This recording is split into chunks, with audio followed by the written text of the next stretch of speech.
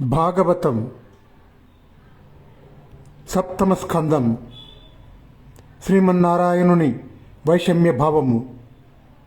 శ్రీమత్ విఖ్యాతి లతాక్రామిత రోదోంతరాల కమనీయ మహాజీమూత తులిత దేహ శ్యామల రుచిజాల రామచంద్ర నృపాల. శ్రీరామచంద్ర సద్గుణ సాంద్ర విశిష్ట రాజన్య విశ్వనాథ, మహనీయమైన నీ కీర్తిలతలు విశ్వమంతా నిండి విస్తరించాయి.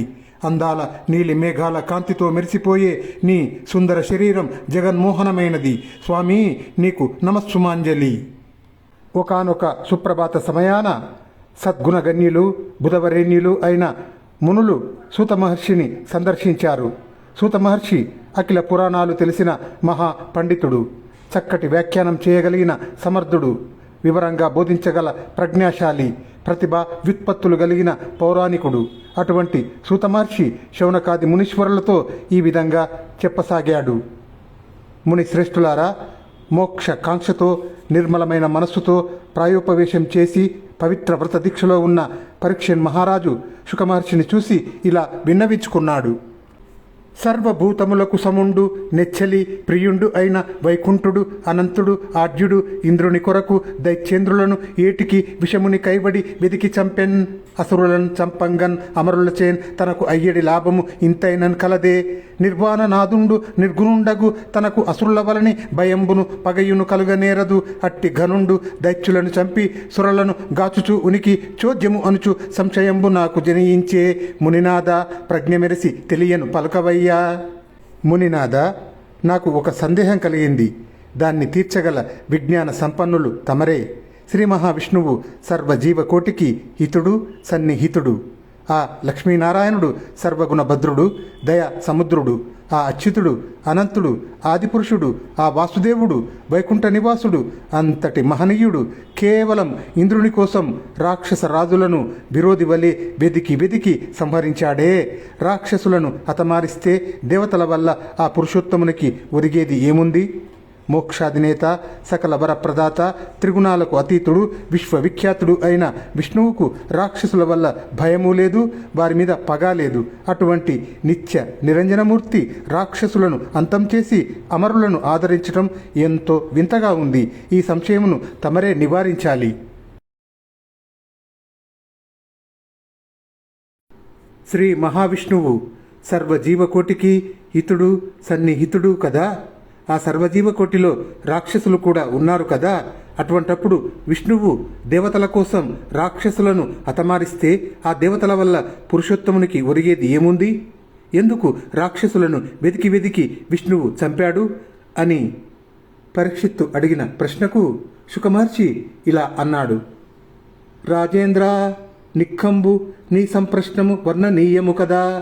లక్ష్మీ సంభావ్యుని సచ్చరిత్రము మహాచిత్రంబు చింతింపన్.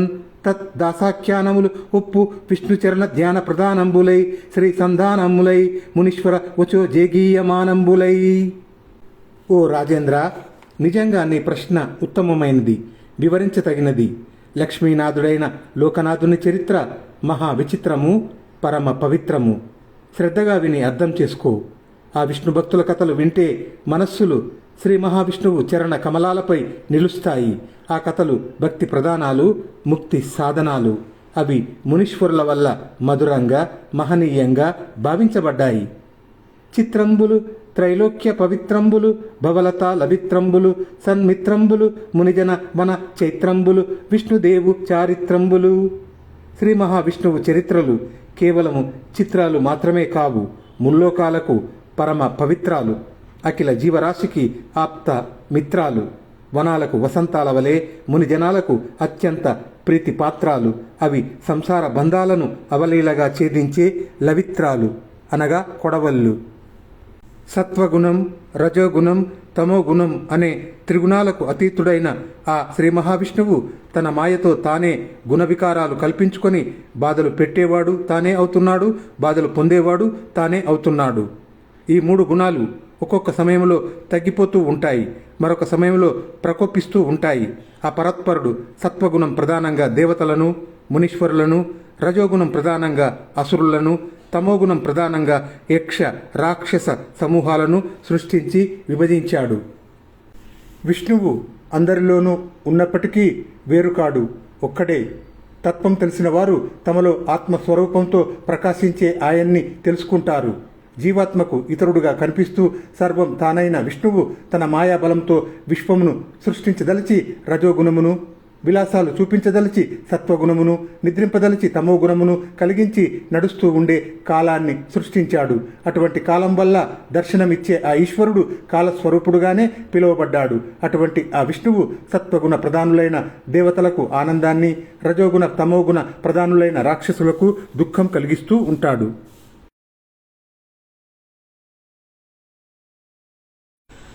జననాయక ఈ అర్థము గణ యశుండగు ధర్మజునకున్ క్రతుకాలమునన్ మును నారదుండు చెప్పెను వినిపించెద వినుము చెవులు విమలతనొందన్.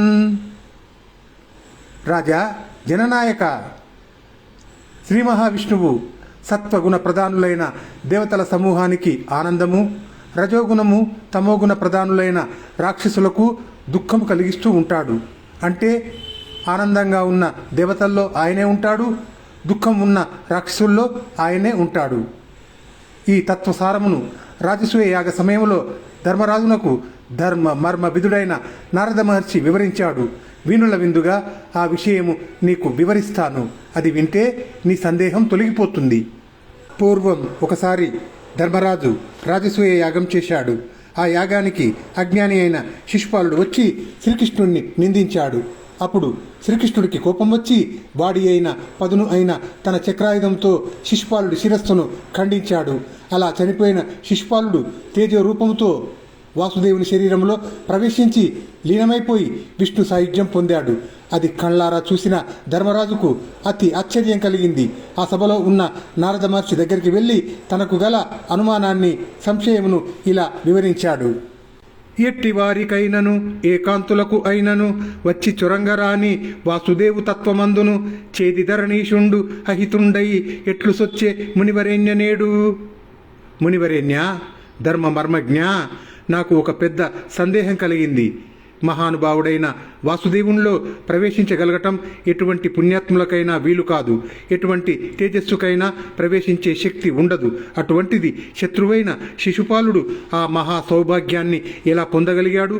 స్వామి, వీడికి విష్ణువును నిందించటమే నిత్య కృత్యం కదా. ఈ పుణ్యపదం వీనికి ఎలా కలిగింది? వేనుండు మాధవున్ తెగడి విప్రులను తిట్టిన భగ్నుండై తమో లీనుండుగాడే తొల్లి మదలిప్తుండు చేద్యుండు పిన్ననాట నుండి ఏనియు మాధవున్ వినన్ సహింపడు భక్తి వహింపడు అట్టివాడు ఏ నిబిడ ప్రభావమునన్ ఈ పరమేశ్వరునందున్ చొచ్చెనో. పూర్వం వేణుడనేవాడు వాసుదేవుణ్ణి దూషించి వేదమూర్తులైన బ్రాహ్మణుల ఆగ్రహానికి గురి అయి వారు శపించగా చివరకు నశించిపోయాడు, తమస్సులో సమసిపోయాడు. ఈ శిశుపాలుడు కూడా అజ్ఞానుడు, మధాంధుడు, తత్వం తెలిసినవాడు కాడు, హరికీర్తనం సహించేవాడు కాడు. చిన్ననాటి నుండి శ్రీ మహావిష్ణువు మాట అంటేనే మండిపడేవాడు. అటువంటి ఈ శిశుపాలుడు తమస్సులో కాకుండా ఏ పుణ్యబలంతో పరమాత్మలో లీనం కాగలిగాడు చెప్పండి?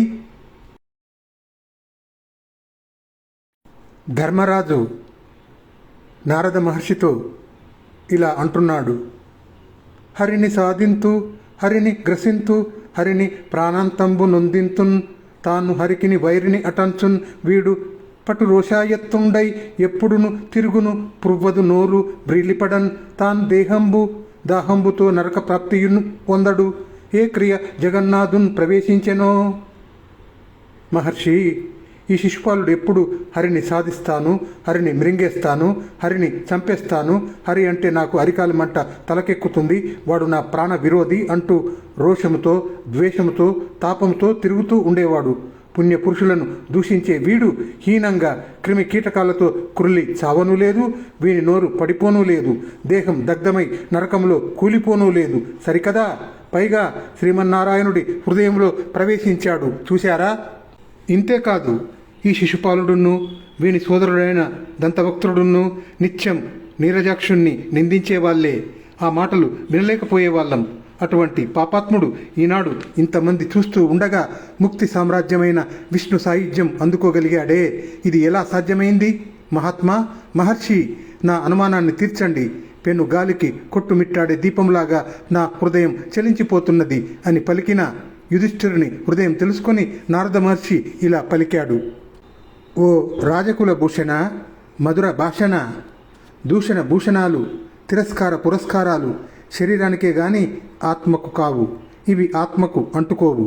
శరీరం మీద ఉండే మితిలేని మమకారం కారణంగా దండనము, ఖండనము, కటు భాషణము వంటివి హింసగా అనిపిస్తాయి.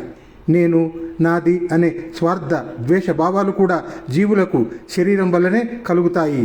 అసలు అభిమానం అనేదే బంధ కారణం. అభిమానం లేనివాడై సంహార క్రియ చేసినా అది సంహారము కాదు, పాపము కాదు. కర్తృత్వం తన మీద లేనివానికి హింస వల్ల కలిగే పాపము ఎప్పుడూ అంటదు. ఆ పాపం కర్త అయిన వానికే చెందుతుంది. సమస్త ప్రాణికోటి యందు ఉండేటటువంటి శ్రీ మహావిష్ణుమూర్తికి ద్వేషం కానీ విరోధం కానీ ఏ ఒక్కటి ఎవరి మీద ఎప్పుడూ ఉండదు. అలుకనైనను, చెలిమినైనను, కామంబుననైనను, బాంధవముననైనను, భీతినైనను తగిలి తలంపన్ అఖిలాత్ముండగు హరిని చేరవచ్చు వేరు సేయండు అతండు.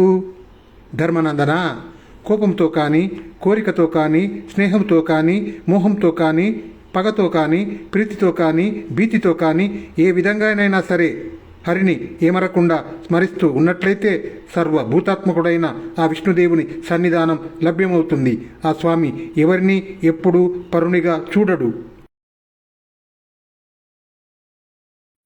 నారద మహర్షి ధర్మరాజుతో ఇంకా ఇలా అంటున్నాడు: ఆ మహావిష్ణువును విశృంఖలమైన విరోధంతో చేరటం కంటే భక్తితో చేరటమే కష్టం అనిపిస్తున్నది. అనురాగంతో చేసే ఆరాధనతో కంటే ద్వేషంతోనే భగవంతుని సారూప్యం పొందవచ్చేమో అని నాకు అనిపిస్తున్నది. తుమ్మెద ఒక పురుగుని తెచ్చి దాని చుట్టూరా జంకారం చేస్తూ తిరుగుతూ ఉంటుంది. ఆ పురుగు తుమ్మెదనే తలచి తలచి భ్రాంతిపడి చివరకు తుమ్మెదగా మారుతుంది. అలాగే భయం వల్ల కానీ, నయం వల్ల కానీ, స్మరణం వల్ల కానీ, శ్రవణం వల్ల కానీ శ్రీ మహావిష్ణువు సారూప్యం పొందవచ్చు. ఈ విధంగా మహారాజా, కామోత్కంఠత గోపికల్ భయమునన్ కంసుండు వైరక్రియ సామాగ్రిన్ శిశుపాల ముఖ్య నృపతుల్ సంబంధులై వృష్ణులున్ ప్రేమన్ మీరలు భక్తి ఏము ఇదే చక్రిని కంటిమి ఎట్లయినన్ ఉద్దామ ధ్యానగరిష్ఠుండైన హరిని చెందనువచ్చు దాత్రీశ్వరా. ఈ విధంగా మహారాజా, అధికమైన కామముతో గోపిక భామలు, భయముతో కంసుడు, వెనుదీయని వైరంతో శిశుపాలుడు, దంతవక్త్రుడు మొదలైన రాజులు, అనుబంధం పెంచుకున్న సంబంధంతో యాదవులు, ప్రేమతో ఉత్తమ ప్రభువులైన మీరు, భక్తితో మహర్షులమైన మేము శ్రీ మహావిష్ణువు నామస్మరణం చేసి ఆ స్వామి అనురాగానికి పాత్రులం అయ్యాము. కాబట్టి ఏ విధంగానైనా సరే నిరంతరమైన స్మరణం వల్ల జనుడు జనార్దనుడు అవుతాడు, నరుడు నారాయణుడు అవుతాడు. చాలామంది భక్తులు ఆ రమా మనోహరుణ్ణి సేవించి, భావించి, కామించి, ద్వేషించి కూడా ముక్తి పొందారు. భయపడి, భంగపడి కొందరు, ఆయనతో స్నేహం పెంచుకొని సేవ చేసుకొని కొందరు, మనస్సును ఆయనకే అంకితం చేసి కొందరు సద్గతిని సంపాదించారు. రాజర్షి ధర్మజ, ఆ శ్రీ మహావిష్ణువు పట్ల కామ, క్రోధ, లోభ, మోహ, మద, మాత్సర్యాలు అనే 5 గుణాలలో ఏ ఒక్కటి కూడా లేని కారణం చేతనే వేణుడు అనేవాడు భ్రష్టుడై మరణించాడు. ధర్మజ, మీ పినతల్లి కొడుకులైన శిశుపాలుడు, దంతవక్త్రుడు సామాన్యులు కారు. వారు పూర్వం వైకుంఠములో ద్వారపాలకులు. అటువంటి ఆ భక్తులు ఒకానొకప్పుడు విప్రుల శాపం వల్ల పదభ్రష్టులై భూలోకంలో జన్మించారు అని దేవర్షి నారదుడు అనగానే ధర్మరాజు అది విని మళ్ళీ నారదుణ్ణి ఇలా ప్రశ్నించాడు: అలుకన్ కారణము ఏమి విప్రులకున్? మున్ను ఆ విప్రులు ఎవ్వారు? నిశ్చలులు, ఏకాంతులు, నిర్జితేంద్రియులు, నిస్సంసారులు, ఈశానువర్తులు, వైకుంఠపురి నివాసులు అనన్ విందును. వారికి ఏ భంగిన్ ఈ కల జన్మంబులు వచ్చే? నారద వినన్ కౌతూహలంబు అయ్యడిన్.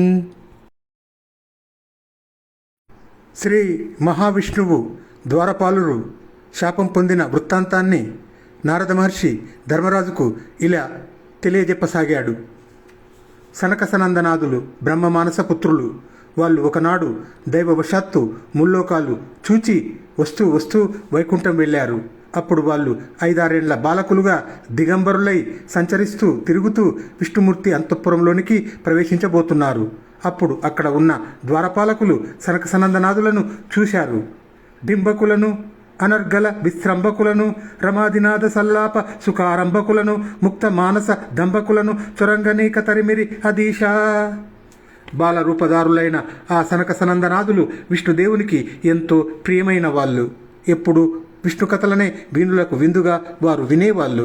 గర్వమంటే తెలియని నిర్మల మనస్కులు వాళ్ళు. అటువంటి ఆ చక్కటి బాలకులను ద్వారపాలకులు ఇద్దరు చూసి గేలిచేసి లోపలికి రానియకుండగా బయటికి తరిమివేశారు.